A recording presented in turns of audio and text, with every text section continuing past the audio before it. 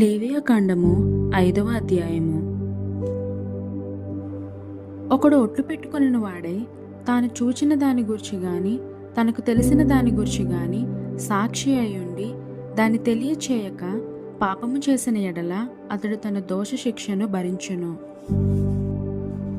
మరియునొకడు ఏ అపవిత్ర వస్తువునైనను ముట్టిన ఎడల అది అపవిత్ర మృగ కళేబరమే గాని అపవిత్ర పశు కళేబరమే గాని అపవిత్రమైన ప్రాకడి జంతువు కళేబరమే గాని అది అపవిత్రమని తనకు తెలియకపోయినను అతడు అపవిత్రుడై అపరాధి అగును.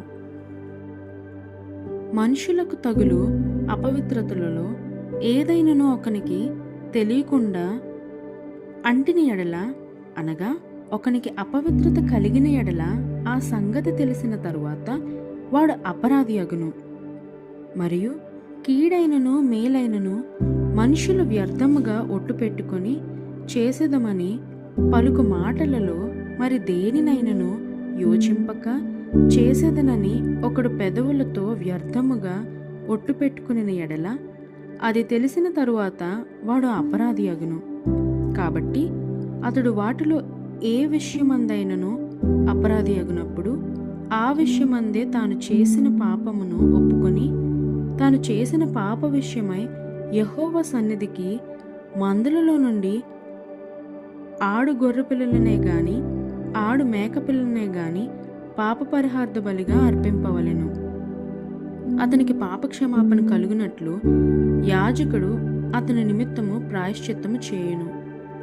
అతడు గొర్రెపిల్లను తేజాలని ఎడల అతడు పాపి అగినట్లు తాను చేసిన అపరాధ విషయమై 2 తెల్ల గువ్వలనే గాని 2 పావురపు పిల్లలనే గాని పాప పరిహార్థ బలిగా ఒకదానిని దహన బలిగా ఒకదానిని యెహోవా సన్నిధికి తీసుకొని రావలెను.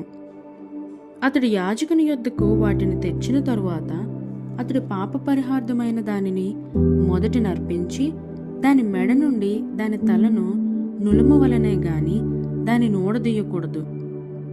అతడు పాప పరిహార్థ బలి పశురక్తములో కొంచెము బలిపీఠము ప్రక్కను ప్రోక్షింపవలెను. దాని రక్తశేషమును బలిపీఠము అడుగున పిండవలెను. అది పాప పరిహార్థ బలి. విధి చొప్పున 2వ దానిని దహన బలిగా అర్పింపవలెను. అతడు చేసిన పాపము విషయమై యాజకుడు అతని నిమిత్తము ప్రాయశ్చిత్తము చేయగా అతనికి క్షమాపణ కలుగును.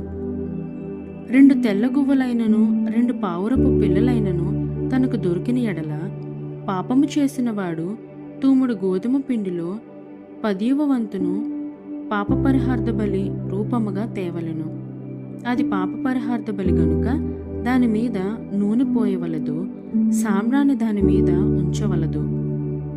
అతడు యాజకుని యొద్దకు దానిని తెచ్చిన తరువాత యాజకుడు జ్ఞాపకార్థముగా దానిలో పిడికిడు తీసి యెహోవాకు అర్పించు హోమద్రవ్యముల రీతిగా బలిపీఠము మీద దానిని దహింపవలెను. అది పాప పరిహార్థ బలి.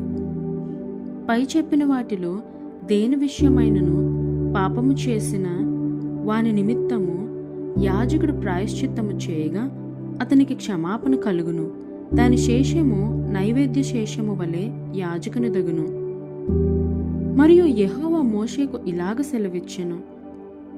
ఒకడు యెహోవాకు పరిశుద్ధమైన వాటి విషయములో పొరబాటున పాపము చేసిన ఎడల తాను చేసిన అపరాధమునకు నీవు ఏర్పరచు వెలచొప్పున పరిశుద్ధమైన తులముల విలువగల నిర్దోషమైన పొట్టేలును మందలో నుండి అపరాధ పరిహార్థ బలిగా యెహోవా యొద్దకు వాడు తీసుకొని రావలెను. పరిశుద్ధమైన దాని విషయములో తాను చేసిన పాపము వలని నష్టమునిచ్చుకొని దానితో 5వ వంతు యాజకునికి ఇయ్యవలెను. ఆ యాజకుడు అపరాధ పరిహార్థ బలియగు పొట్టేలు వలన అతని నిమిత్తము ప్రాయశ్చిత్తము చేయగా అతనికి క్షమాపణ కలుగును. చేయకూడదని యెహోవా ఆజ్ఞాపించిన వాటిలో దేనినైనను చేసి ఒకడు పాపి అయిన ఎడల అది పొరబాటును జరిగినను అతడు అపరాధి అయి తన దోషమునకు శిక్ష భరించును. కావున నీవు ఏర్పరిచిన వెలచొప్పున మందలో నుండి నిర్దోషమైన పొట్టేళ్లను అపరాధ పరిహార్థ బలిగా అతడు యాజకుని యొద్దకు తీసుకొని రావలెను.